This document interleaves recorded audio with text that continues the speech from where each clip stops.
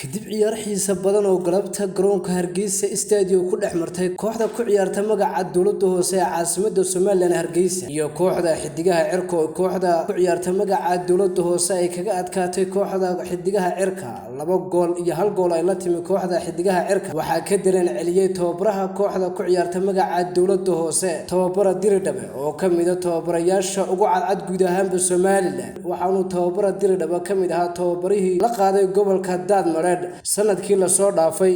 koobkii gobolada Jamhuuriyadda Soomaaliland tababaraha arrimahaasi ka hadlayna waxa uu yiri Bismillahir Rahmanir Rahiim marka hore Ilaahay baa mahad leh waxaan Ilaahay waa ku mahad mar hadii nabad qab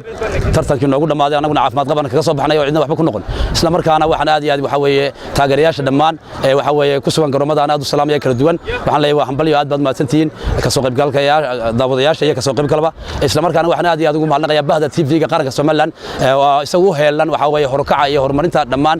waxa weeye bulshooyinka sportska ee dhalinyarada Soomaaliland oo had iyo jeer u taagan waxa weeye habeenii maalinba in waxa weeye soo tabin laha anaguna waxaan leenahay guddoon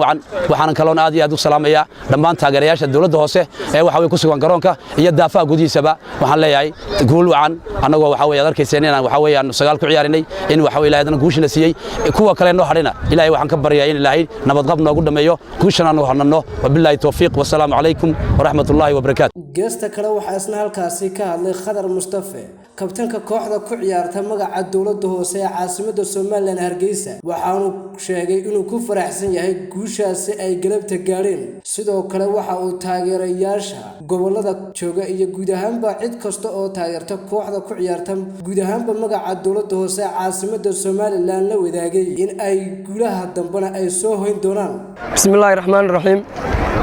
marka hore Ilaahay baa mahad leh maanta waxaan ciyaarnay ciyaartii labaad ee horyaalka Soomaaliland waxaan noo sharafa in ciyaartii labaad oo xiriir ah aan maanta ku guuleysano waliba anagoo daqiiqadii ugu horeeyay ciyaarta 5 mir meelaha saan u maleynayay ciyaartu xubin socon ciyaartii casaan naga qaatay waxa sharaf noo ah in kooxda caasimaddu ciyaartii labaad oo xiriir ay badiso alxamdulillah Ilaahay baa mahad leh mar labaadka waxaan halkan uga hambaleynayaa dhigayga kooxda xidigaha cirka oo maanta aan la ciyaarnay kubad fiican soo bandhigtay Ilaahay baa mahad leh macallinkayga aad baan u salaamayaa dhamaan tiimkaygaba waxaan leeyahay guul waarta TV-ga qaranka oo baahinayna aad baan u salaamayaa maadaama ciyaartoydii wadankan u dhalatay daafaha adduunka laga daawanayo aad iyo aad bay u mahadsan yihiin TV-ga qaranka aad baan u salaamayaa Cabdikariim Ciise Cabdullaahi Cabdikariim